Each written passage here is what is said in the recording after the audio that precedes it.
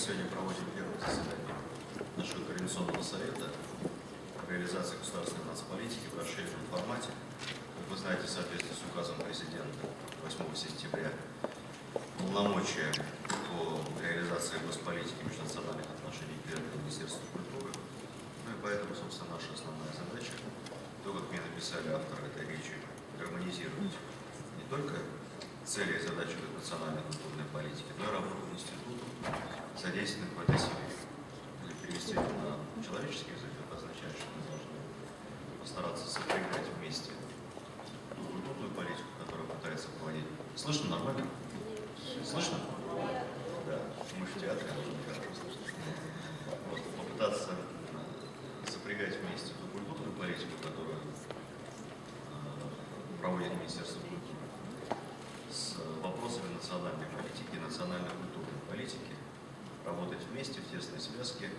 Не случайно уже во многих регионах, я знаю, рассматривается вопрос, а где-то уже принято решение о том, чтобы региональные институции, будь это там комитеты, департаменты, иные учреждения, которые отвечают за национальную политику, также субординировались Министерству культуры, либо соответствующим структурам, отвечающим за культуру, что, в общем, правильно.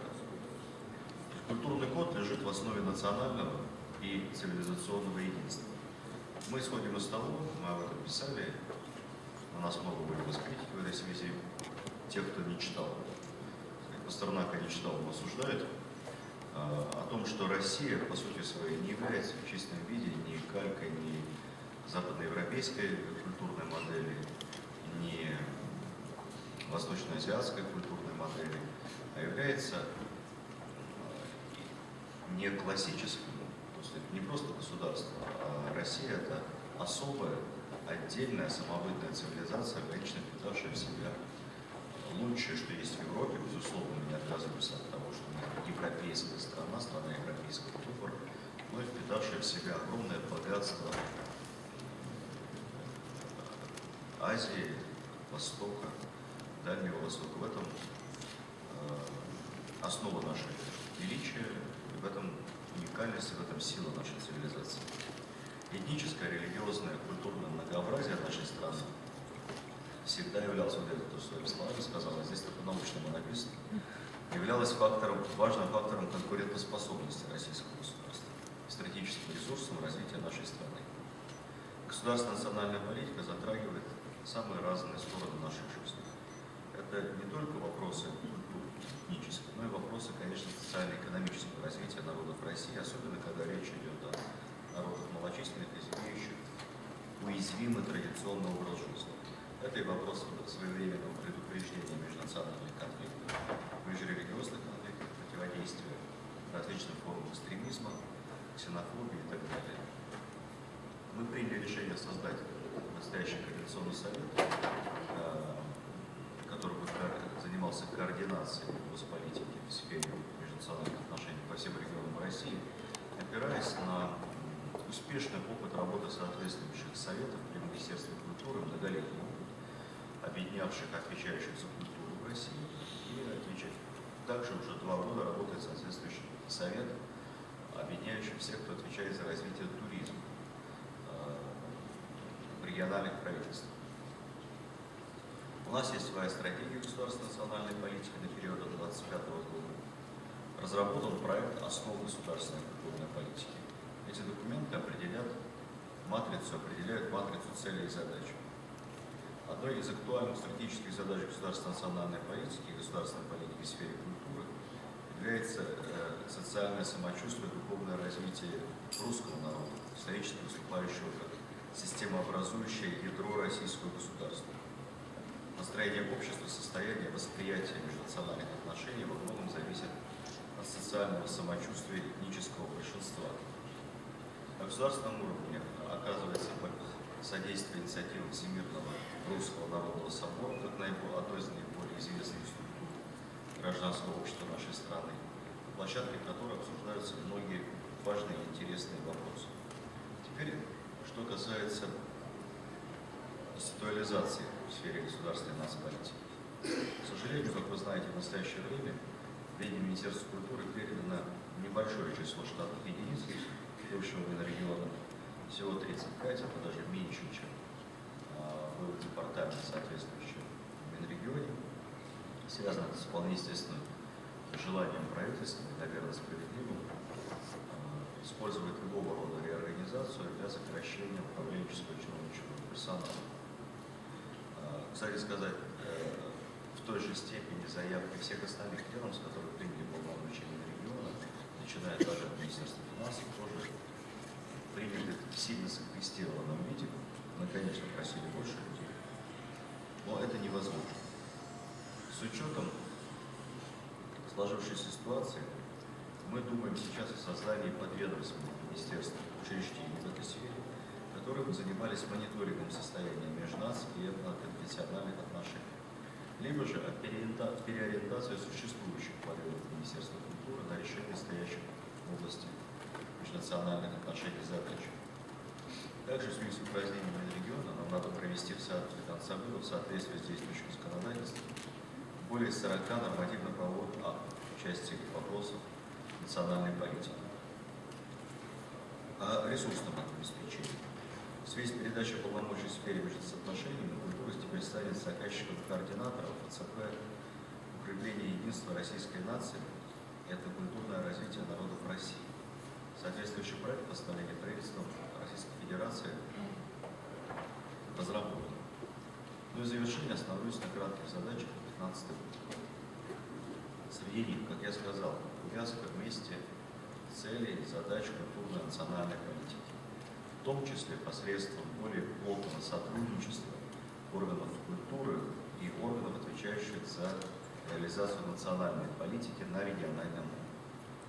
Это создание внятной программы действий по развитию культуры, улучшения социокультурного самочувствия всех народов, проживающих на территории России. Запуск федеральной системы мониторинга состояния межнациональных и этноконфессиональных отношений и создание в идеале постоянно действующих региональных центров мониторинга. Решение вопроса об увеличении ресурсного обеспечения реализации государственной национальной политики, в том числе по линии региональных программ. Ну, уж работы у нас впереди много. Давайте от выступления перейдем к практическим выступлениям. Большое спасибо за внимание. Я, к сожалению, не смогу быть на протяжении всего вашего совещания, но вначале с удовольствием послушаю. Спасибо.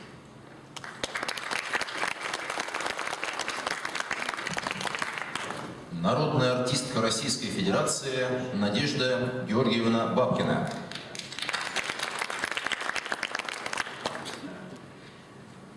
Уважаемый Владимир Степанович, дамы и господа, я вас сердечно всех приветствую в новом здании Московского государственного театра фольклора «Русская песня».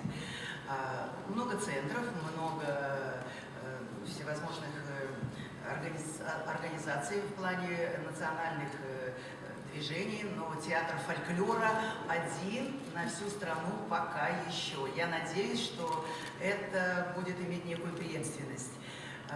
Театр фольклора, он создан для того, чтобы русская песня открыла доброжелательно двери для национальных традиций любого региона, представляющего нашу многонациональную Россию, где можно ярко продемонстрировать свое искусство, свой быт, свою преемственность, свою историю своей исторической земли.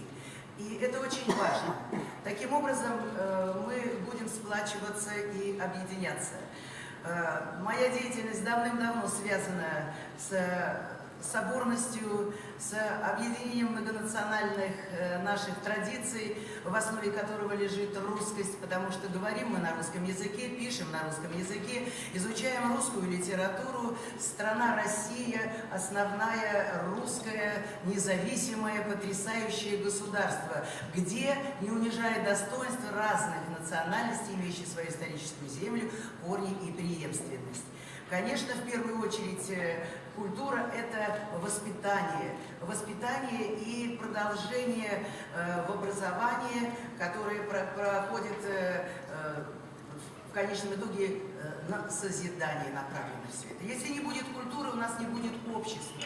Мы ярко и выгодно отличаемся от многих государств, от многих стран, потому что нашей национальностью мы едины. огромной нашей страной. И в этом и есть огромная социальная значимость, потому что важно для человека, чтобы он не чувствовал свое одиночество. И в этот момент культура приходит в первую очередь на помощь, протягивает руку доброжелательно для того, чтобы создавать ту или иную программу для жития и бытия, как бы трудно нам не было. Я благодарна Министерству культуры Российской Федерации за то, что уже много лет мы проводим очень значимый и важный общенародный фестиваль-марафон песни России, который выезжаем в разные регионы России, тем самым формируя на месте и создавая духовный пирог. Потому что наша страна настолько богата и разнообразна, где с профессиональными коллективами на сцене появляется самодеятельное движение. И надо давать возможность самодеятельности сегодня как можно больше и активно развиваться. Потому что в каждом человеке находятся эти творческие потенциалы. И эти творческие потенциалы дают возможность человеку себя реализовать в разные профессии и быть полезными не только своей семье, своему району, региону, городу, но и в целом для государства. Поэтому я сердечно благодарна Министерству культуры и продолжаю работать в этом направлении. Совсем недавно мы приехали из Хакасии, где успешно прошел фестиваль-марафон песни России, а до этого мы были в Кировской области, в Чувашии и Мордовии, и тоже это имел большой интерес, этот фестиваль. Я думаю, что вам понравится присутствие в Театре «Русская песня», потому что он уже наполнен духовностью. Мы с лета его начали очень активно наполнять творческими процессами, творческими программами, чтобы людям было здесь уютно. Может быть, еще не все так идеально, но в процессе жизни, конечно, это все состоится так, как надо. Я с радостью буду принимать предложения от регионов Российской Федерации. Я полагаю, что год культуры на этом не заканчивается, а думаю, что год культуры, он обязательно в каждом времени он необходим, бесконечно, этот процесс необратим. Поэтому в этом заключается вся наша национальная идея, потому что она в нас, в гражданах, именно в творчестве, в искусстве и в целом в культуре.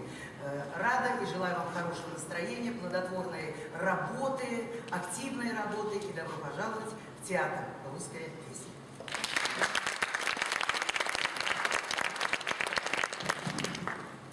Уважаемые коллеги, в рамках подготовки к форуму выставки «Многонациональная Россия» мы провели одноименный конкурс, целью которого являлось представление национального единства и этнического многообразия народов России, гармонизация межнациональных отношений и этнокультурное развитие народов нашей страны. К участию в конкурсе допускались работы, отражающие самобытную культуру и быт народов России, межэтническое взаимодействие.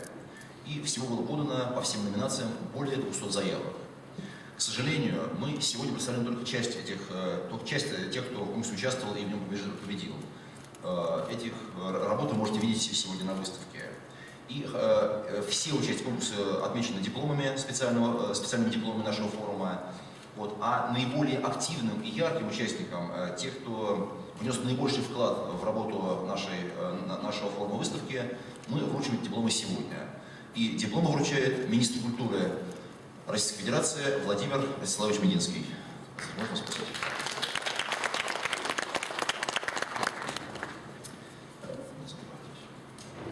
И для награждения на сцену приглашаются представители организации победителей конкурса.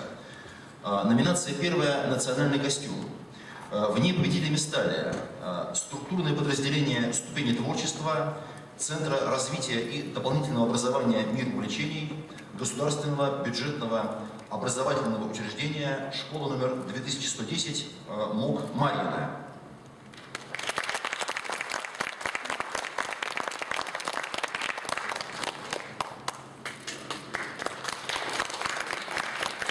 Муниципальное бюджетное учреждение культуры «Дом народного творчества», город Муром, Владимирской области.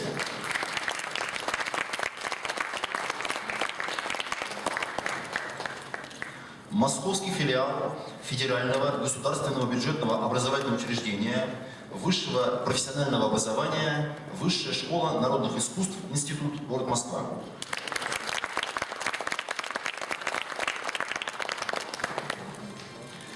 Татарский культурный центр города Москвы, авторский проект Айгуль Сингатуллиной «Современная национальная одежда».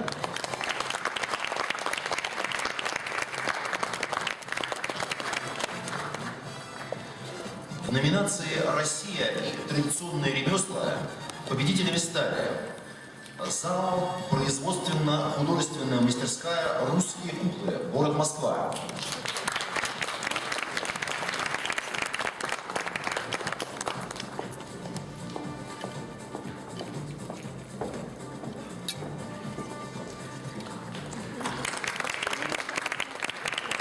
Музей исчезнувшего вкуса «Коломенская пастила», город Коломна, Московская область.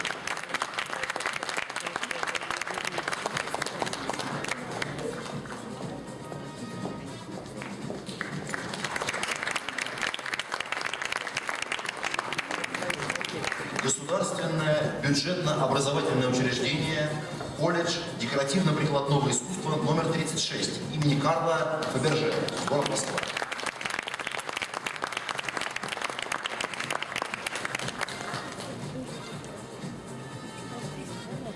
И дипломами за активное участие в подготовке форума выставки «Многонациональная Россия» награждаются Всероссийская творческая ассамблея «Адрес детства. Россия», город Москва.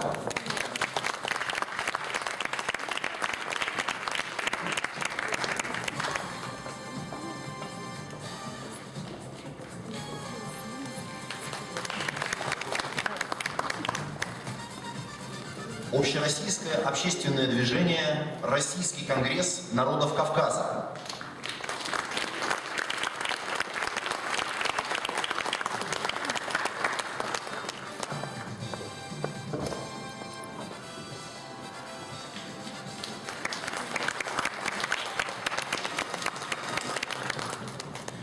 Фольклорный ансамбль «Радоница» муниципального образовательного учреждения дошкольного образования детей Клинская детская школа искусств имени Чайковского, город Клин, Московская область. Крымское республиканское учреждение «Этнографический музей», Республика Крым, город Симферополь.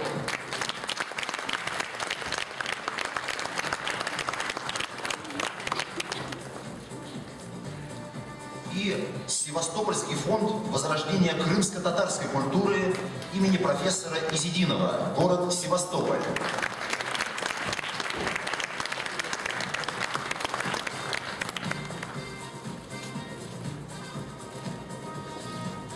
Спасибо, уважаемые дамы и господа. Позвольте от лица организаторов форума выставки и конкурса «Многонациональная Россия» поблагодарить всех тех, кто принял участие в конкурсе, еще раз пожелать еще раз поздравить победителей и пожелать всем участникам новых побед и достижений. Спасибо большое. Мы переходим к рабочей части нашего форума. Я предоставляю слово Александру Владимировичу Журавскому, директору Департамента государственной политики в сфере межнациональных отношений, по основному докладу. Уважаемый Владимир Ростиславович, уважаемая Надежда Георгиевна, уважаемые коллеги, 3 последних года существенно изменили систему управления государственной национальной политики. 2012 год был годом прояснения концептуальных основ, ключевых идеологемно-стратегических подходов в реализации нацполитики. Это состоялось благодаря идеологической триаде, предвыборной статье Путина «Россия. Национальный вопрос», 602 указу об обеспечении межнационального согласия и, наконец, стратегии государственной национальной политики. Стратегия стала первым с 90-х годов идеологическим государственным документом, декларирующим задачу укрепления единства политической нации, фиксирующим историческую объединяющую роль русского народа, признающим, что современное российское государство объединяет основанные на сохранении и развитии русской культуры и языка, историко-культурного наследия всех народов России, единый культурный цивилизационный код. 2013 год стал годом разработки механизмов реализации нацполитики. В июле правительство утвердило план реализации стратегии, в августе новую ФЦП «Укрепление единства российской нации, этнокультурное развитие народов России». Так появился один из ключевых инструментов реализации федеральной стратегии и одновременно стимул для разработки регионами собственных программ. 2014 год стал годом дальнейшей институализации государственной национальной политики как на федеральном, так и на региональном уровне. И как не покажется это кому-то странным, важнейшим событием национальной политики этого года является не упразднение Минрегиона, а воссоединение Крыма с Россией. Это событие сплотило нацию, явив через небывалый патриотический подъем и гражданское единение ее политическую зрелость. Продемонстрировав солидарность русского мира в условиях испытаний, последовавших экономических и политических санкций, тотального внешнего информационного давления на Россию. И случайно в этом году в целом зафиксировал, что народное единство, единство нации ощущает вдвое больше россиян, нежели 2 года назад. По данным же опросов ЦИОМ, 57% респондентов ощущают себя прежде всего гражданами России. Одновременно Крым и события в Новороссии с новой силой поставили вопросы самосознания русского народа. Крым стал первой республикой с этническим русским большинством и 3 республиканскими языками, русским, украинским, крымско-татарским. Не случайно, выступая 1 июля на совещании послов и постпредов России, президент говорил о защите русских и русскоязычных соотечественников на примере событий на Украине, имея в виду людей, которые ощущают, чувствуют себя частью русского мира, не обязательно этнически русские люди, но те, кто считают себя русским человеком, то есть русские по самоопределению. Или, как теперь принято говорить, по самоидентификации. В духовно-историческом смысле воссоединение Крыма с Россией означает возвращение России к Корсуну и Херсонеса, вместо крещения князя Владимира, духовного рождения Киевской Руси и ее христианской элиты. Но одновременно Крым – это историческая родина домариупольских греков и крымских татар, караимов, крымчаков, которые вновь стали народами российского государства. Кстати, традиции некоторых из этих народов представлены на нашей выставке «Многонациональная Россия». А еще Россия преподала миру пример эффективного, мирного, политико-правового решения застарелых и годами не решавшихся в Украине этнополитических проблем. Указ президента 268 о мерах по реабилитации армянского, болгарского, греческого, крымско-татарского и немецкого народа деполитизировал крымско-татарский вопрос, дав то, что крымско-татарский народ не смог добиться за 20 лет пребывания на Украине. Откровенный разговор президента с лидерами крымско-татарских организаций, утверждение в августе этого года федеральной целевой программы «Социально-экономическое развитие Республики Крым и Севастополя 2020 года», где предусмотрено более 10 миллиардов рублей на решение вопросов реабилитации репрессированных народов. Все это звенья одного мирного процесса урегулирования конфликтной ситуации. В качестве темы первого расширенного заседания Координационного совета вынесена гармонизация региональной, культурной и национальной политики. Что это значит на практике? Во-первых, это гармонизация на уровне целеполагания. В соответствии с поручением президента, данным по итогам заседания Совета по межнациональным отношениям в июле 2014 года, при доработке проекта основ государственной культурной политики должны быть учтены положения стратегии государственной национальной политики Российской Федерации. В последней редакции основ мы видим учет. Во-вторых, благодаря решению президента о передаче Министерству культуры полномочий в сфере межнациональных отношений, есть возможность активно использовать культурную инфраструктуру, региональные и местные учреждения культуры для решения задач стратегии. Как говорится, раньше был союз по любви, теперь еще и по закону. Например, есть разные организационно-правовые формы домов национальности и домов дружбы народов. Где-то это подведомственные учреждения культуры, где-то подведы органов, отвечающих за межнациональные отношения. Теперь есть возможность объединяться в ассоциацию под эгидой Минкультуры России. В-третьих, необходимо еще раз посмотреть на наше международное сотрудничество, в том числе по линии культурных проектов и организаций и с точки зрения общенациональных интересов. К сожалению, часто под видом культурного сотрудничества идут попытки гуманитарных интервенций извне, попытки изменить наш культурный код, привить дичок радикализма или экстремизма нашему цивилизационному древу. Такие попытки есть и на финно-угорском, и на тюркском, и на северокавказском, и на арктическом, и даже на русском направлении. Удивительно, например, что поморским вопросом вдруг всерьез озаботились норвежские и американские фонды. Особенно странно наблюдать, как норвежские поморы, уже давно утратившие свою этнокультурную самобытность и поморскую говорю, на чистом английском пытаются обучить архангельских поморов защите их этнокультурных прав. Полагаю, что куда правильнее было бы направить наших поморских активистов в Скандинавию, преподавать там поморскую говорю и спасать норвежских поморов от окончательной ассимиляции. Важное решение министра культуры Владимира Вячеславовича о создании Координационного совета продиктовано ведь в том числе и стремлением создать условия для координации и синхронизации совместной работы органов культуры, органов реализации госнацполитики на региональном уровне. И очень хорошо, что в работе по этому направлению можно опираться на опыт Координационного совета по культуре, который уже долгое время существует в Министерстве культуры. По итогам состоявшегося в октябре 2013 года в Уфе заседания Совета при президенте по межнациональным отношениям было дано президентское поручение о разработке субъектами региональных стратегий национальной политики планов утилизации региональных программ. То есть 3 документов – стратегии, плана и программы. На окружных совещаниях с участием полпреда президента и заместителя руководителя администрации президента Магомед Салам Магомед Алиевича Магомедова все представители регионов отрапортовали об успешной работе. Но собранная в сентябре-октябре с регионов информация оказалась не столь оптимистичной. Только в 21 регионах приняты и действуют региональные стратегии или концепции, часть из них устаревшие. Еще в 6 регионах проекты региональных стратегий или концепций разработаны и находятся на стадии согласования. Очевидно, что в ряде случаев региональные стратегии нужны, поскольку в нашем федеративном государстве они позволяют учитывать региональную специфику, которая определяется самобытностью местного, культурного, религиозного ландшафта, разной степенью миграционной, туристической, инвестиционной привлекательности региона. Отсюда наличие собственных специфических задач, направленных на решение региональных проблем. При этом целеполагание в сфере обеспечения гражданского единства, межнационального согласия, интеграции и адаптации мигрантов остаются неизменными. Федеральная стратегия формулирует базовые идеологемы, определяет ключевые направления и задачи. Утвержденная президентом федеральная стратегия задает смыслы, формирует язык и понятийный аппарат. В этой общенациональной части стратегия не подлежит ревизии.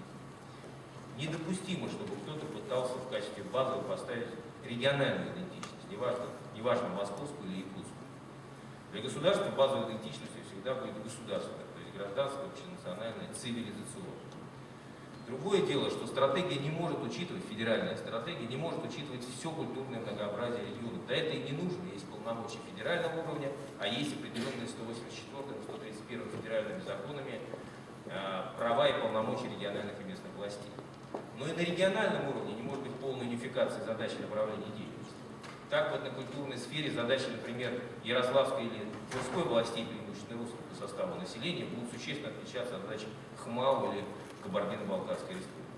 Очевидно, например, что региональные стратегии необходимы для мегаполисов Москвы и Санкт-Петербурга, Московской и Ленинградских областей, испытывающих огромное миграционное давление, дающих львиную долю, как экспертно оценивают конфликтные ситуации в этнической и религиозной сферах, так и фиксируемых правоохранительными органами преступлений экстремистской направленности, совершенных на расовой, национальной и религиозной почве. Пока эти стратегии отсутствуют, хотя эти регионы имеют все ресурсные возможности для их разработки и утверждения. В 79 регионах утверждены реализуются планы мероприятий по реализации федеральной стратегии или планы действий. В 2 планы на стадии согласования, в 4 отсутствуют, но полагаю, что в ближайшее время будут утверждены. Коллеги, работу необходимо завершить в кратчайшие сроки, и мы готовы оказать необходимую методическую помощь. Региональных программ. Из 61 региональной программы, направленной в начале этого года на конкурсный отбор в Минрегион, только 39 были признаны в той или иной мере соответствующим целям, задачам, стратегии, требованиям методических рекомендаций. В этом году 376 миллионов направлены на софинансирование этих программ и софинансирование мероприятий в общей сумме, это не объем всех программ региональных, которые софинансируют мероприятия, 390 миллионов. Финансирование программ из региональных бюджетов варьируется в среднем от 3-5 миллионов до 62 и даже 103, как в Тюменской области.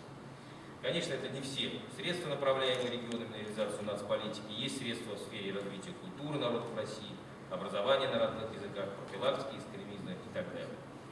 В течение этого года при методической поддержке соответствующих ведомств регионы откорректировали и привели в соответствии с целями и задачами стратегии федеральной целевой программы 45 региональных программ, включая те, которые были поддержаны в рамках федеральной целевой программы, потому что и они требовали корректировки.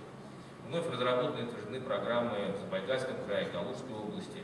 Подготовлены находятся в стадии утверждения проекта программ как минимум еще в 5 регионах. До настоящего времени отсутствуют профильные программы в 11 субъектах. В ближайшее время завершим работу над приказом с методическими рекомендациями для регионов по разработке региональных стратегий По итогам анализа эффективности реализации региональных программ Министерством культуры будут обновлены и утверждены методические рекомендации по разработке региональных программ. Готовы консультировать и помогать. Новый конкурс региональных программ будет объявлен либо в декабре этого года, либо в январе 2015 года. Итак, регионами работа по выполнению 602 указа и других поручений президента не завершена, и о ходе выполнения 602 указа будем информировать президента и правительство в начале 2015 года в ежегодном докладе о реализации стратегии. По данным соцопросов последних лет, проводимых ФОМ, Левада-центра, а также ФСО, пятая часть опрошенных россиян считают возможным серьезный конфликт на национальной почве в населенном пункте их проживания. При этом в Ставропольском крае, Санкт-Петербурге, Москве, Московской области около 40% считают отношения между людьми разных национальностей в месте своего проживания напряженными и конфликтными. В этом году все социологические службы фиксируют снижение ощущения возможности межнационального конфликта. Это позитив. По данным, например, Левада-центра, на вопрос, ощущается ли в городе и районе, где вы живете, межнациональная напряженность, 71% респондентов ответил отрицательно. В октябре прошлого года, на фоне известных событий в Москве, на тот же вопрос так ответило лишь 52% респондентов. Однако это снижение общественных ожиданий негативных сценариев не касается миграционного вопроса, значительно и преимущественно негативно влияющего на состояние межэтнических отношений. 76% россиян считают, что правительство должно ограничивать приток приезжих мигрантов. И эти антимиграционные настроения являются многолетним устойчивым трендом.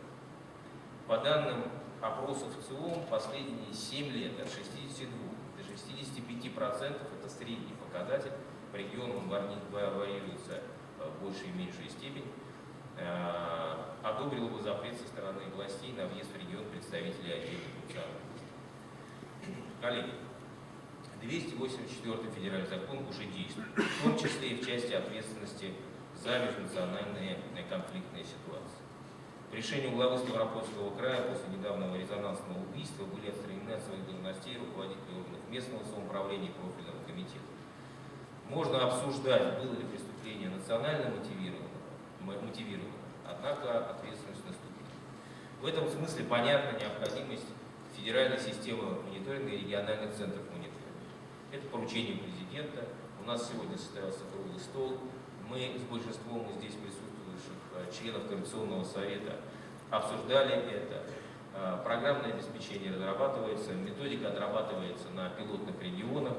Аналитическая и прогнозная функция в полной мере, конечно, заработает в следующем году, но от вас требуется заполнение баз данных и совместная работа в социологическом, экспертном и иных направлениях.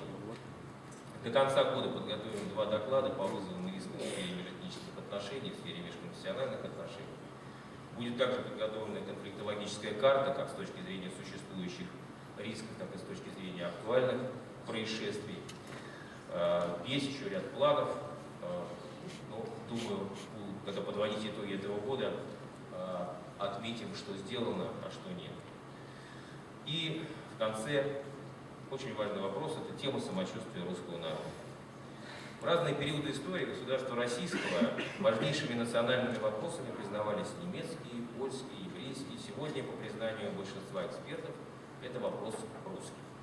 На недавно состоявшемся Всемирном Русском Народном Соборе святейший патриарх Кирилл выступил с чрезвычайно важной программной речью о национальном единстве, национальной политике, национальной истории, наконец, о роли русского народа, русской нации в становлении и развитии нашего государства и российской нации.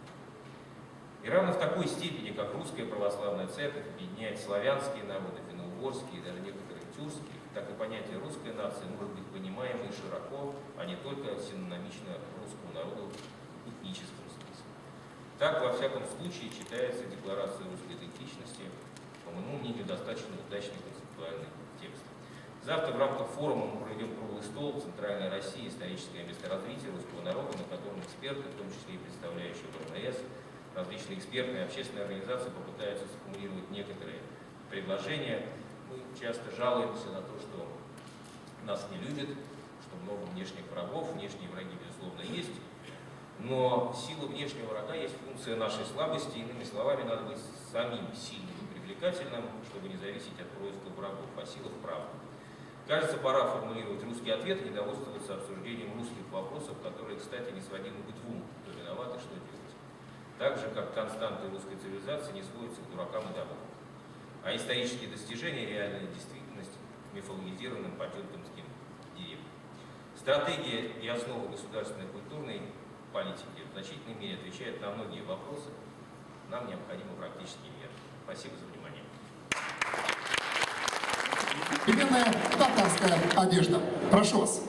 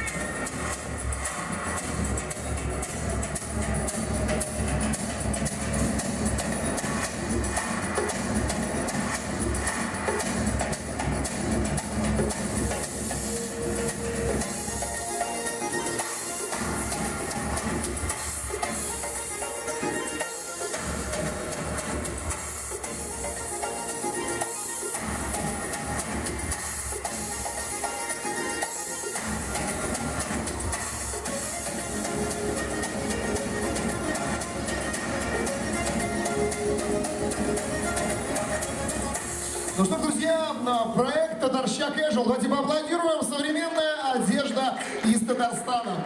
Итак, мы продолжаем. И сейчас будет целых 3 дефиле. Целых 3 дефиле абсолютно разноплановых, абсолютно необычных и абсолютно интересных. Итак, встречайте, у нас замечательный коллектив из города Москвы, который называется «Сувенир». И первая коллекция, которую они представляют, называется... Друзья, называется «Северные легенды». Все внимание на сцену «Северные легенды» от коллектива «Сувенир». Прошу вас.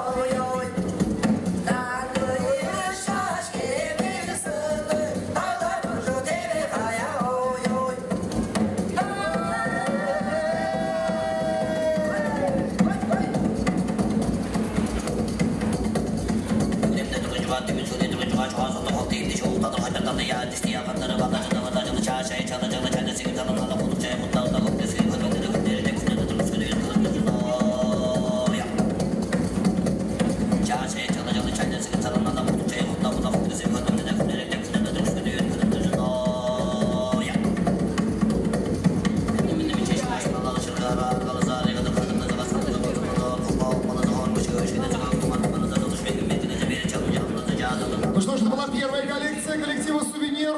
И встречайте вторую коллекцию.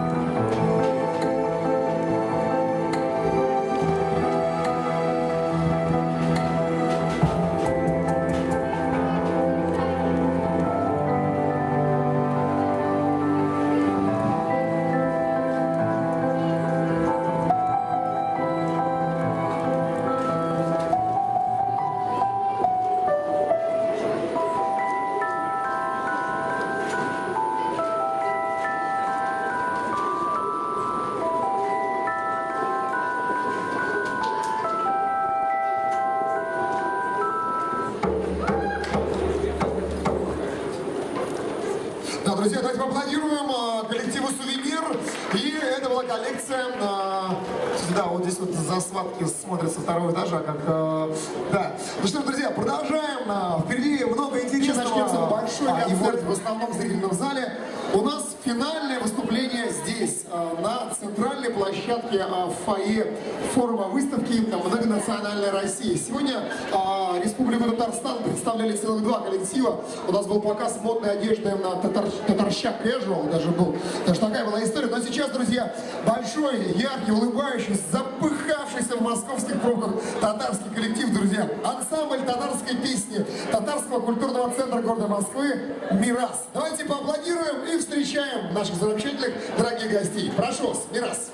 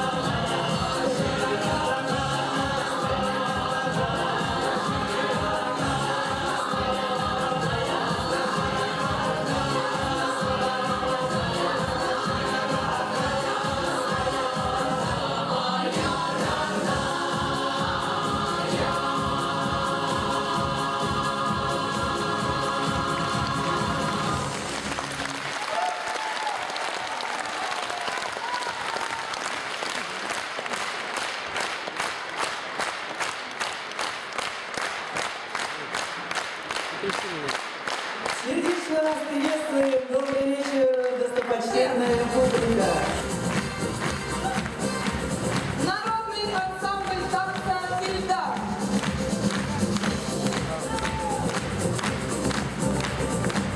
Ансамбль «Колхида».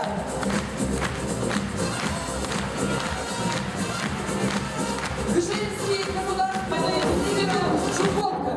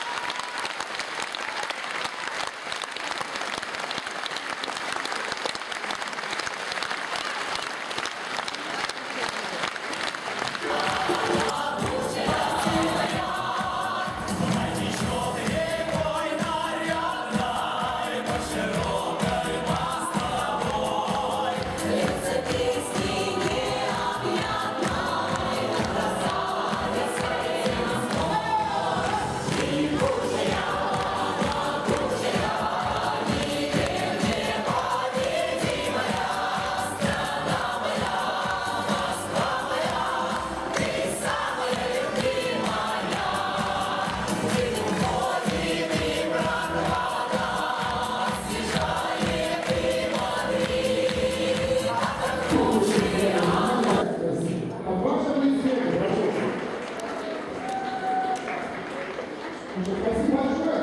И, вы знаете, вы еще можете успеть попасть на дорогу. Конечно, есть такой шанс, но, конечно, маловероятно. Спасибо большое. Ну что ж, мы продолжаем наши модные этнографические истории. Это не обратили внимание на девушек, которые в красивых мехах. Ярких шляп с полями и, конечно, готовы выйти сюда. Мы хотели представить вашему вниманию Центр культуры коренных народов Забайкалья, который сегодня представляет Прибайкалье. Спасибо, что предоставили нам слово. На самом деле, мы сами живем в России и живем в русской культуре, русской поэзии, вместе дышим, вместе чувствуем, когда в России хорошо, нам всем хорошо, всем народам, всем представителям всем религиям, когда плохо, нам всем вместе плохо. Когда речь касается, сегодня было сказано о приоритете русского народа, вот я вам что хочу сказать. Мы, например, как представители не русского, можно сказать, мы не против, ради Бога. Лишь бы мы это понимаем, что русский народ – это основополагающий, это государствообразующий народ. Мы сами хотим, не знаем даже, чем помочь возрождению самого этого народа. Если можем чем-то помочь, ради Бога, мы готовы. Вот, допустим, сегодня в таком красивом зале, я, например, это Сергей Юрьевич, ожидал очень многих представителей того же русских организаций. К сожалению, их здесь мало. Я сам, как представитель общественной организации, я бываю во многих российских регионах. Конечно, ситуация в регионах это неутешительно. Я с вами полностью согласен. Знаете, настолько мне известно, настолько известно, мы же тоже читали историю России, историю русской культуры. Я так думаю, и значит, это мое заключение из моих выводов, которые я объехал Россию. Я думаю, что все-таки Россия, русский народ, его идентичность, он должен возрождаться в русских селах, в малых городах. Сегодня говорит о Москве или Санкт-Петербурге. Это же ведь не секрет. Вы все понимаете, и в Москве, и в Санкт-Петербурге, то ли в Вашингтоне, в Лондоне, в Берлине, или в Тегеране, или в Стамбуле. Большие города, они живут своей жизнью. И ничего не меняется там. Вы обратите внимание. У них своя жизнь, у них, да, им далеко во всех центральных городах, больших городах. Они вот так смотрят на этих малых городах. Знаете, типа такой. На самом деле, вот эта культура, идентичность, они должны быть в селах. И возрождаться они должны быть в селах. Например, по поводу сельских интеллигентов. Я это предложение сделал 2 года тому назад. Пока не будет выращиваться интеллигенция в селах, возрождения не будет. Вы помните, в советские времена, например, был директор совхоза, был партком, главный инженер, зоотехник, директор школы, врачи, учителя. Они были интеллигенты. И эти же интеллигенты, да, они же заключали в себе как общественный контроль. Они и играли роль общественного контроля. Как раз была институт общественного контроля. Люди кто-то боялись много пить, а то на работу опоздает, понимаете? Я когда год тому назад, вот я был в Урале, да, вы знаете, я вот от самого Екатеринбурга, я поехал в один город, где-то 40 километров, вы знаете, я ужасался от этого, я то, что видел, это было ужасно. Как будто Мамай прошел. Вы знаете, я поинтересовался людьми, знаете, вот, к сожалению, мало внимания уделяется в селах. Даже не в селах, даже в этих малых городах. Почему-то, вот сегодня у нас телевидение есть, очень много телевизионных каналов, да? Вы помните, раньше показали, как хотя бы в селах было хозяйство, как выращивается там фермы, там это самое хозяйство выращивается, как были фермы там и прочее. Да? А сегодня, если показывают русские селы, или там пьяница, или там что-то так развалины, понимаете? Поэтому у молодежи не остается никакой стимула. Куда ему вернуться? Некуда вернуться ему. Они как приезжают учиться в Москву, там и остается. Уважаемый, я забыл, как ваше имя, отчество. Анатолий, я вас очень прошу. Конечно, от съезда до съезда хорошо, направить людей тоже хорошо. Я бы вместе вас, я, кстати, предлагал об этом, это сама православная церковь, кстати. Я предлагаю хотя бы каждый год создать одну вот совхозы или колхозы в этих селах.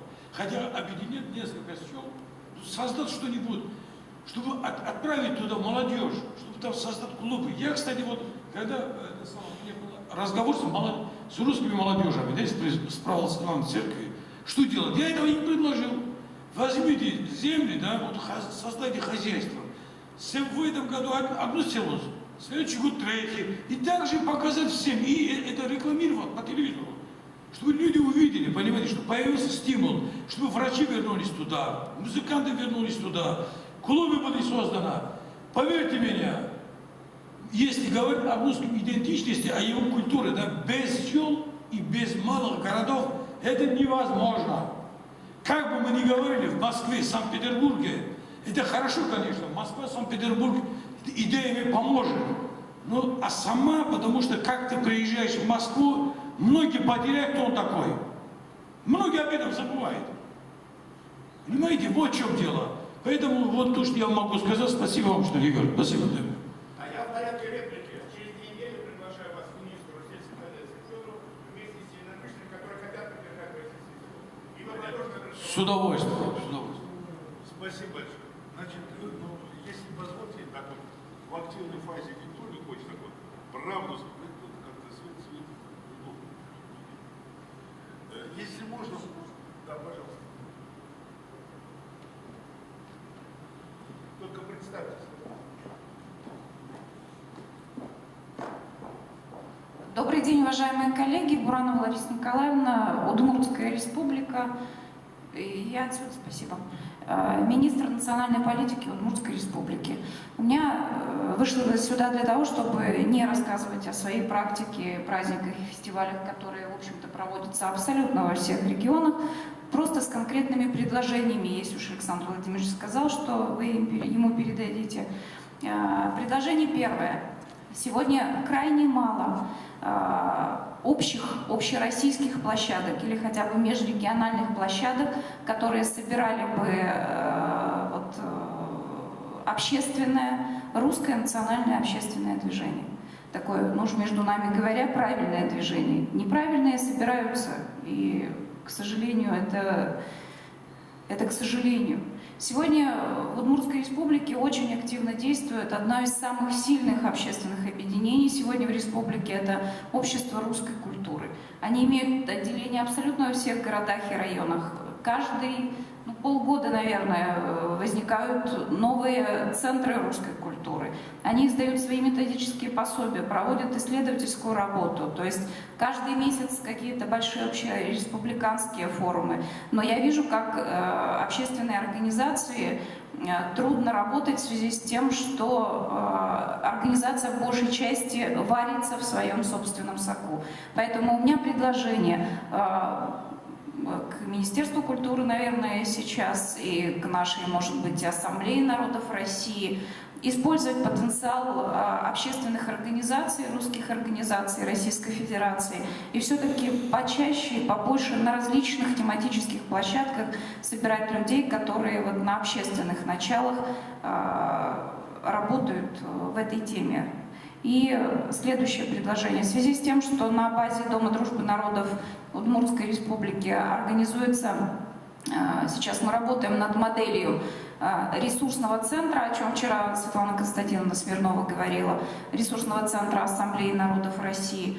Я выхожу с конкретным предложением. В принципе, мы можем совместно и с Ассамблеей народов России, и с Министерством культуры на базе Дома дружбы народов организовать некий обучающий такой ресурсный центр для общественных организаций, в том числе для русских общественных организаций.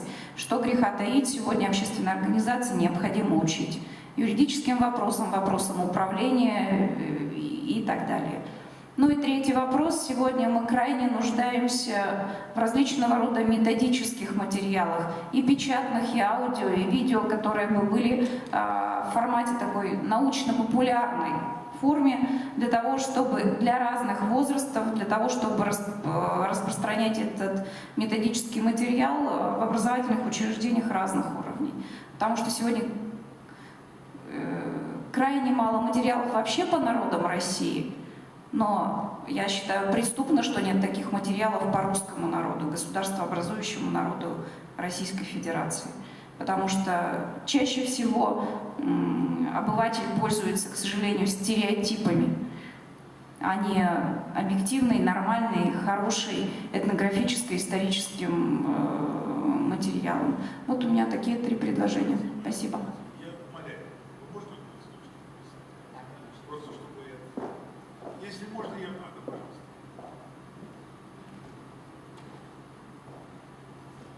Алексей Николаевич Куня, Евразийский центр устойчивого развития при Ассамблее народов России и одновременно Институт географии РАН. Есть, чтобы программа и проект, о котором мы говорили, и о программе, о которой говорил Игорь Эрикович, работал, нам, конечно, очень важны вот эти конкретные предложения. И я хотел бы одно предложение здесь о нем более подробно рассказать. Ну, мы говорим о центральной России. И не случайно вопрос зашел о ее границах, о географии ее. Что есть центральная Россия? Является ли Тамбов или южнее Тамбова, Воронеж это центральная Россия или нет? Все-таки это уже не Черноземье. У нас Архангельская область, север это центральная Россия. Карелия это уже на границе, правда? За Уралом мы тоже. О географии, конечно, нам очень важно знать и понимать, в том плане, чтобы конкретизировать цель нашей программы, чтобы понять те проблемные точки, кризисные точки, о которых вот уже поговорилось в программе. Как вы, может быть, знаете, на последнем съезде географическом Владимир Владимирович Путин обратил внимание о географии, которую мы должны знать. И в этом плане я бы выделил, наверное, такую вот идею, о том, которая могла бы консолидировать ученых и политиков. Это создание атласа Центральной России, культурно-исторического, историко-культурного. У нас есть хорошие примеры на региональном уровне, Белгородской области и других областей, которые... Но эти атласы недоступны многим. Там очень интересные слои показаны как раз тех культурных элементов, ландшафтов, этнических проблем с депопуляцией населения. А вот комплексную картину Центральной России нам очень сложно представить. Это было бы, наверное, очень интересно не только и ученым, но это было бы интересно всем нам посмотреть, что с нами происходит и в историческом плане. Вернемся в историю и увидим, что Центральная Россия, как понятие такое комплексное, оно очень сильно менялось. Если мы вернемся 100 лет назад, Центральная Россия включала и восточные области Белоруссии, и северные области Украины, и в какой-то мере Прибалтику, и оно было всеобъемлющим. Сейчас мы сжимаемся, это Центральная Россия. Русский народ, наверное, один из единственных народов в мире, который никогда не мигрировал на Запад. Если мы знаем, что народы мира и европейские народы, они в основном мигрировали на Запад, и финно-угорские, венгры, например, в Центральную Европу, и тюркские народы с Алтая. Но русский народ шел обратно на восток. Это вообще феномен какой-то. И мы сокращаемся, наша Центральная Россия в своем ареале. Это как бы качественная страна. Границы вот этого вот ареала были бы также интересны, если мы посмотрим западную границу, вот этот форпост, который можем назвать его, то еще лет 100 назад он очень интересно, это была граница тем, что она представляла собой смесь русского населения с еврейским, местечковым населением. Сейчас эти места, вот этих малых городах, сейчас они заняты уже другими национальностями. Те профессии, которые раньше принадлежали еврейскому населению, они восприняты другим. Это тоже интересный факт. кто сейчас в основном работает в торговле. Это довольно интересно. Это для русского народа никогда не представляло никакой-то такой национализм. Это было просто интересно, как мы уживались, как мы жили на тех границах, на периферийных границах, и что сейчас происходит с нами в этом нашем ареале. И совершенно верно, я абсолютно поддерживаю идеи, которые говорили о том, что нужно развивать именно сельскую местность, именно маленькие города и населенные пункты. И это тоже можно показать в атласе. Я также поддерживаю идею Игоря Ериковича о том, что нам нужно особенно обратить внимание на вот эти вот региональные продукты, марки, бренды. В атласе их можно показать очень хорошо, врезками, сопроводить текстом, с тем, чтобы это было достоянием всех, кто радеет за развитие вот этого вот нашего ядра Центральной России. Спасибо. Спасибо. Если можно, я так потихоньку, с учетом ваших мнений, буду подводить некоторые итоги. Так слышно, нормально? Я не считаю, что мы как бы вот неудачно ли проводили, что ли, этот круглый стол. Несмотря на то, что меня просто поразило, что из Центральной России у нас только один представитель от субъекта федерации, которому мы очень признательны. Да не, ну вот, который по тобой выступает. Вот. И я хочу сказать, что, ну, я вот лично был ориентирован на то, что здесь будут представители всех 18 областей Центральной России, что это будет как бы, ну, решение, как бы, так сказать, директивное во многом, в том смысле, что часть вторая, и был потрясен до глубины души, когда в некоторых программах, которые раздавались, ни о 18-м вообще не оказалось, как оказывается. И тем не менее, я понимаю, что некоторые как бы такое вот расстройство, и у меня, если бы вот, я бы организовал, конечно, бы здесь вот полностью всех собрали, просто неожиданно произошло. И тем не менее, я считаю, что мы сделали очень большой шаг вперед сегодня. Я не случайно, когда выступал, перечислял вот эти вот документы за 20 лет. Ведь одно дело, вы можете хотеть все что угодно, и так 20 лет и продолжается. Другое дело, когда мы вышли уже в конце концов на уровень государственных решений. И вот здесь вот наша сфера деятельности, мы не занимаемся вот чисто культурными там проектами, мы не занимаемся, скажем, еще у нас сфера, это вот стратегия государственной национальной политики, это государственная сфера национальной политики, роль гражданского общества в ее формулировании, ее развитии и наши соответствующие предложения. Это вот, образно говоря, есть автомобиль, есть двигатель. Вот у нас общественники по телевидению, особенно не буду известной личности, о страданиях русского народа, что делать, о величии уже 20 лет. Есть колеса, так сказать, есть. А вот сцепки, чтобы сцепление включить, чтобы это наконец машина двинулась, у нас нет. И вот наша-то задача как раз, вот это наша сфера, это система сцепления. И вот здесь, что касается русского народа. У нас был светлой памяти, вот мы все, там, Достоевский и так далее, но у нас же есть современники. Вот, к сожалению, скончался Печкин Вадим Алексеевич. Если кто-то знал, он был и помощником генеральных секретарей, потом, значит, он был заместителем первого министра национальной политики, был заместителем начальника главного территориального управления администрации президента. И он очень много работал, вот мы с ним рука в руку, закон о русском народе, то, что называется, 2003 года, мы написали с ним вдвоем. Но дело не в этом.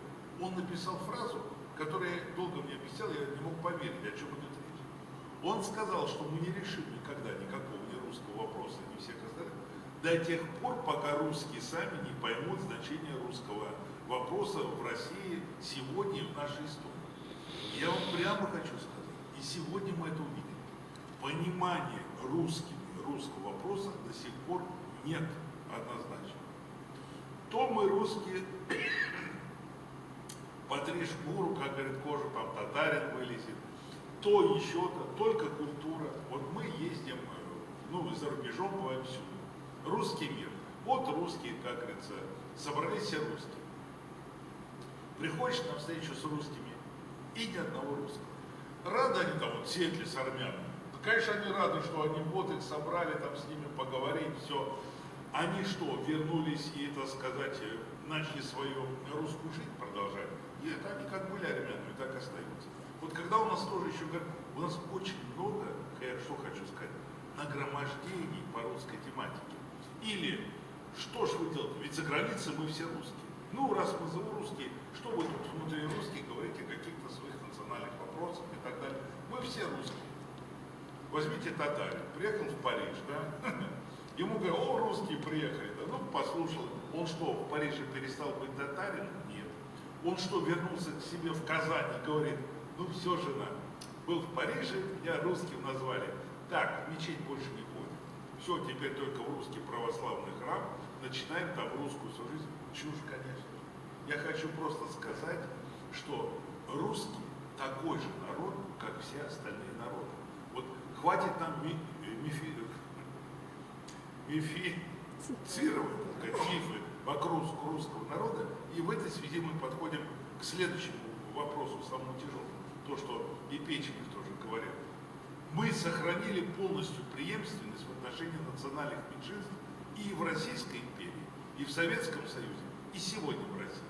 Но дважды за 100 лет мы прерывали генетическую связь русского народа. Сами русские, сами себе прерывали эту связь.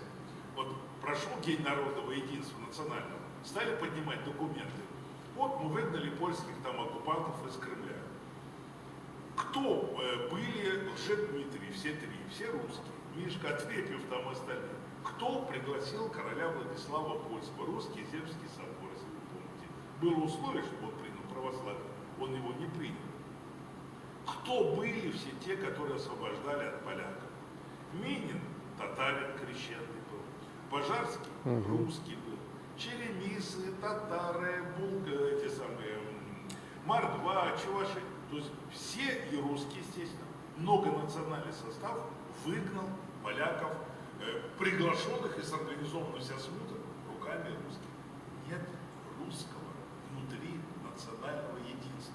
Вот если бы оно было, никакие поляки, никакие там все остальные любители земли русской близко бы не двинулись сюда, на нашу территорию. И вот достижение русского внутринационального единства как основного фактора, который сплачивает и все народы России, вот эта задача, которая, к сожалению, так до конца не решена. Я хочу вот тоже про русский народ. Откройте, вот сами почитайте. Вы знаете, что 7 лет назад, что ли, прошел генетические исследования по русскому народу. Откройте генофонд русского народа в интернете, Институт генетики. И они провели колоссальные исследования генетического кода русских по всей территории России и других стран. Они написали, что русские удивительно, так сказать, моногамный, или как это называется, народ в том смысле, что очень мало, как бы, так сказать, вот, примесей других народов там существует. Это не Вася, не Петя, это Институт генетики, открыто, Академия наук. Просмотрите, прочитайте. Просто мы столько много все слышим, а наша задача ставить все на свои как бы, вот, места, из чего мы будем исходить. Что касается единства русских организаций, которые здесь были, вот опять отсутствие понимания. 96-й год, концепция, да? В ней знаменита фраза, я был участником написания. Мы вставили 4 положения. Впервые, кстати, словосочетание «русский народ» появился в государственных имениях документах. Вот в 96-м году. Вы знаете, какие отзывы писали? Вот я не буду называть фамилии, вам очень известные, из правительственных кругов и так далее. Там написано, что понятие «народ» категории отсутствует. Поэтому словосочетание «русский народ» вы не имеете права использовать.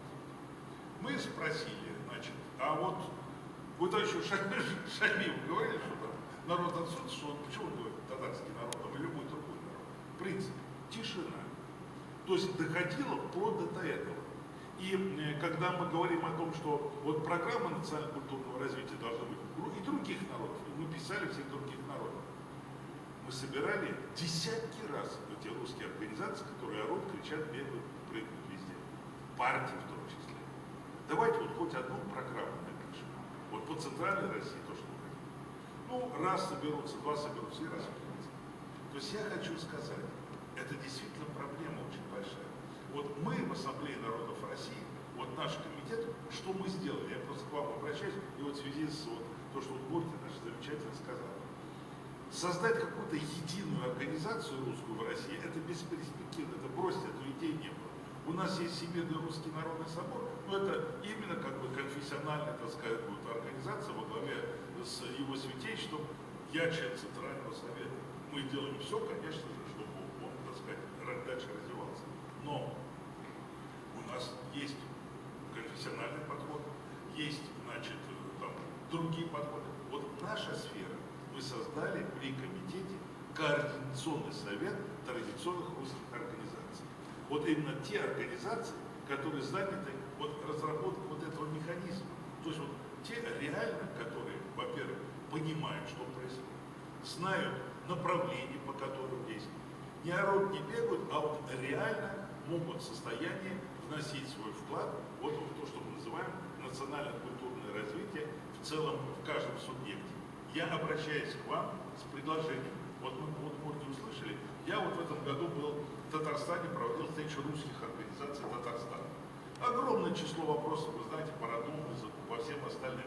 Но мы собрались впервые. Они говорят, о, как мы рады. Вот приехал из Москвы, как вот русский человек, там представитель кабинета, который начал говорить на русскую тему. Все пришли, обсудили целый ряд предложений реальных, как улучшить ситуацию с преподаванием русского языка, прошли.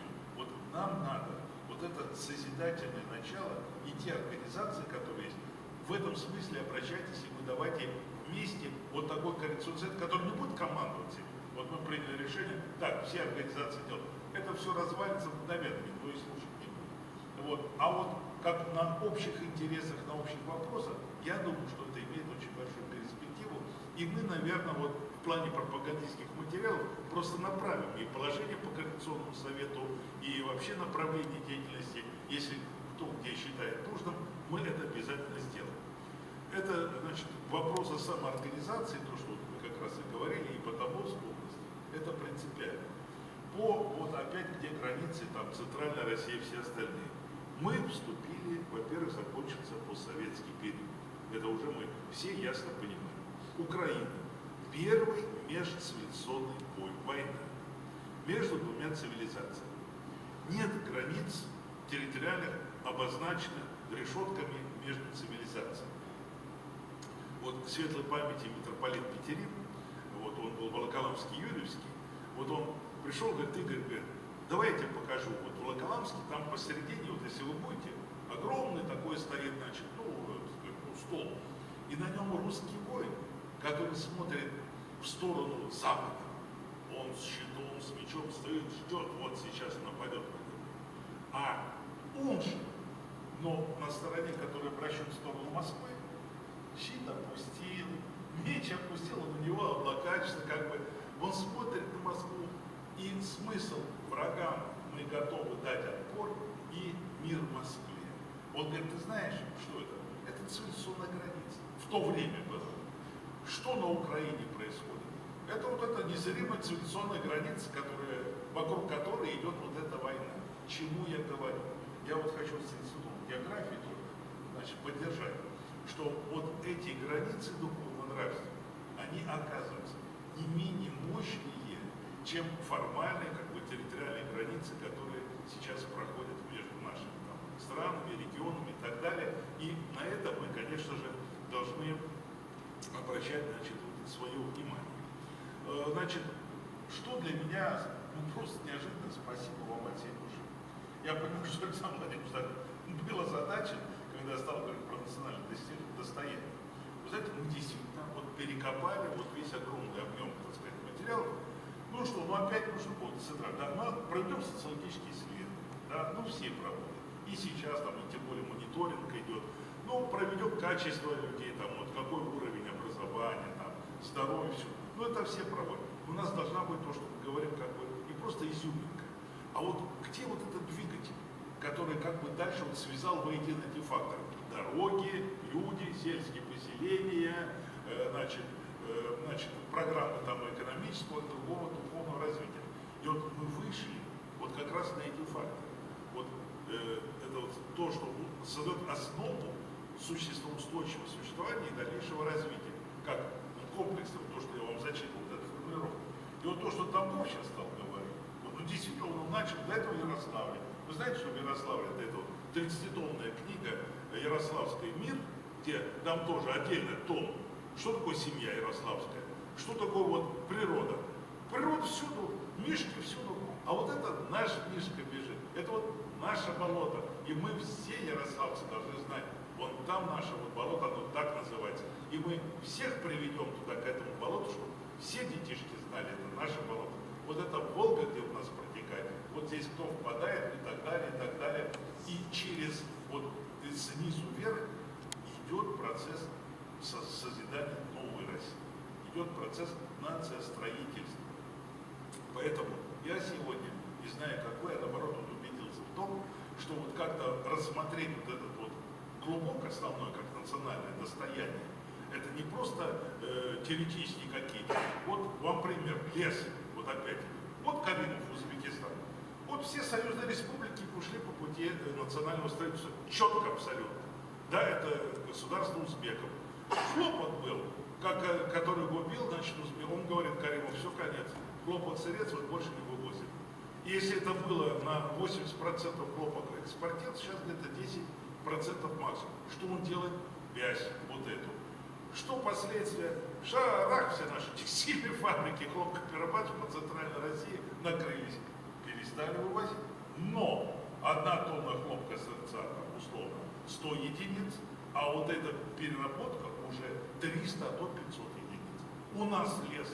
У нас в программе еще развития Сибири и Дальнего Востока 1986 года было сказано, в щепу технологическую, лес кругляк 100 единиц, в щепу переработал 300 единиц прибыли чистой. У нас из космоса мы уже видим пролещенный, там где вырубленный лес полностью в Иркутской области и всюду идет. А это наше национальное достояние. Вот когда мы поймем, что каждый вывезенный кругляк, это у нас отбирает рубль у каждого из кармана, когда мы будем рассматривать национальное достояние не вот там, о, есть озеро Байкал, вот там леса, там, а как вот свое собственное, вот как финансово-экономический механизм, за который биться будет каждый, вот это будет другой подход. Но у нас этого, к сожалению, на сегодняшний день еще нет. И я думаю, что мы как раз вот через вот эти региональные программы, через традиции, через вот сочетание этих комплексов и должны выйти вот эти на новый уровень. И последнее, что я хочу сказать, действительно новый механизм. Ну, я не знаю, я тоже езжу так вот по загранице. Ну, где наши вот эти кооперативы, потребсоюзы? Вот Америка. Езжаешь в Хьюстон, этот мол торговый, огромный, модерновый. Входишь, ты член кооператива? Я говорю, не понял, говорит. А член кооператива $50 кейс, не член кооператива $100. Я говорю, кто его создал? Жители этого района. Вы понимаете, вот все жители, все живут местными сообществами, во всем мире идет.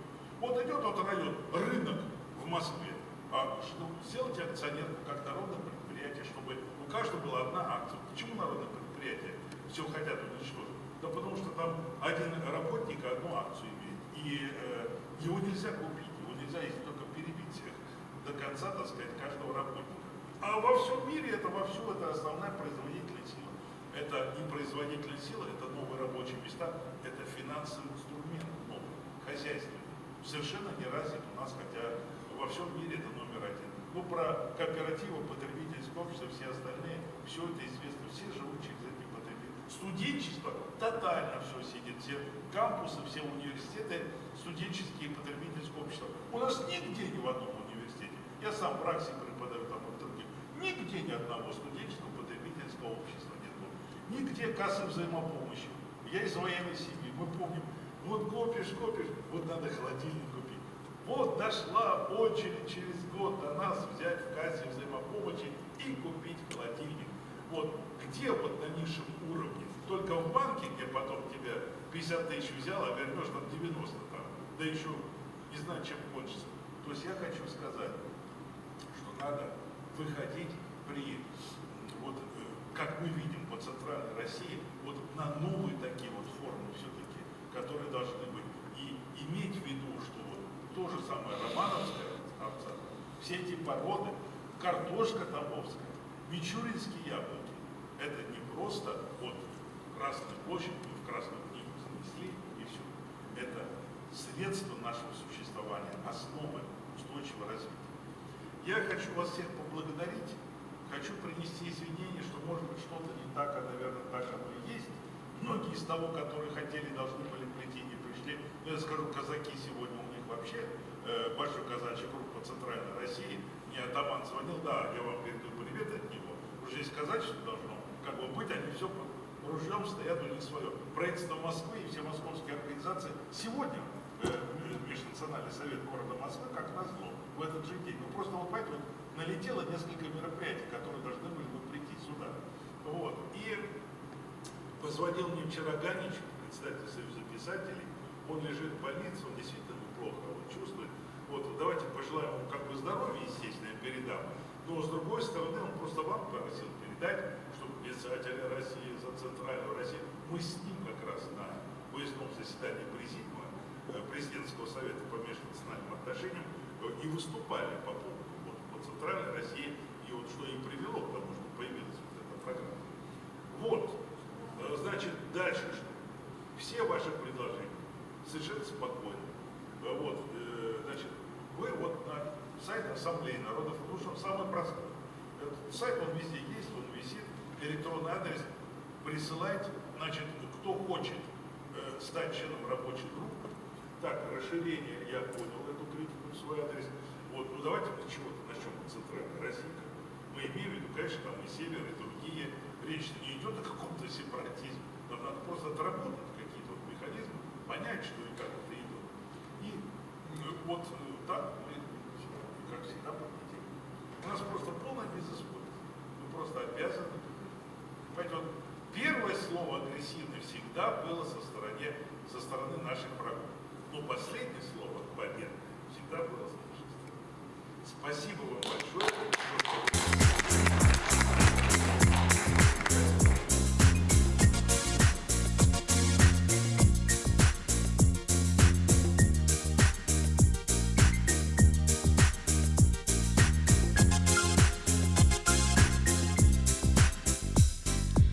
Аңла минем йөрәгемне, нигә аны син елатасың?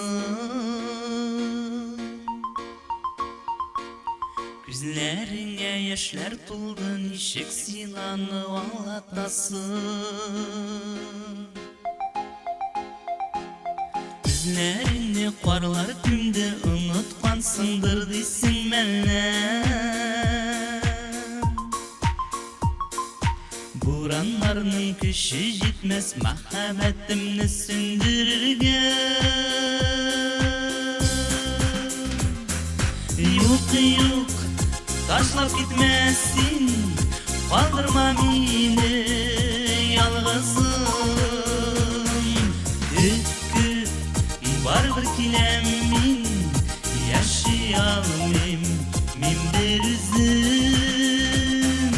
Юк, юк, ташлап китмәсен, калдырма мине ялгызым. Көт, барыбер киләм мин, яши алмыйм мин бер үзем.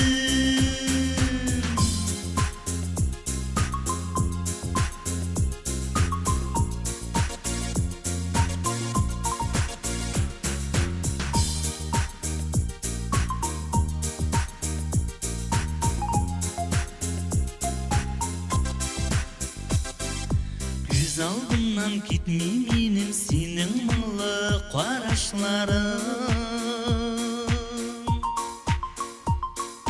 Бу дөньяда сине эзләп буранда да адашмадым.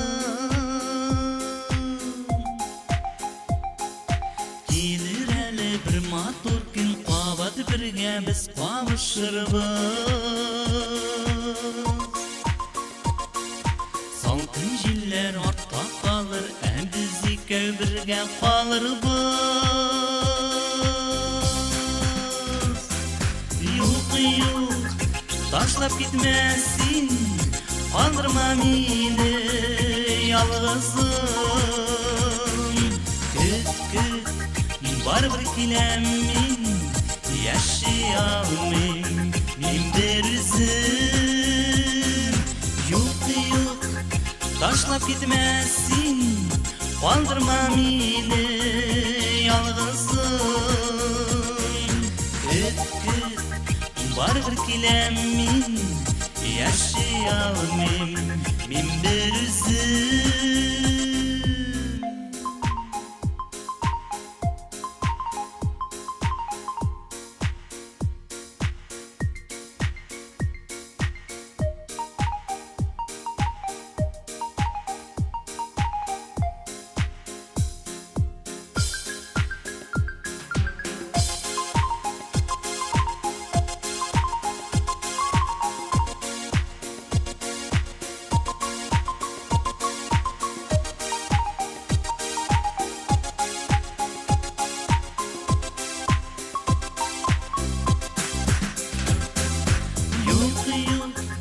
Taşlap gitmesin, kandırma beni yalnızım.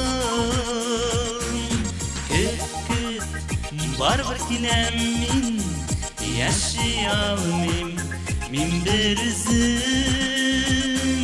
Yok, taşlap gitmesin, kandırma beni yalnızım. Küt barbar kilemin, yaşayalım min bir üzüm. Yok, taşlap gitmesin, kandırma beni yalnızım. Küt barbar kilemin, yaşayalım min bir üzüm.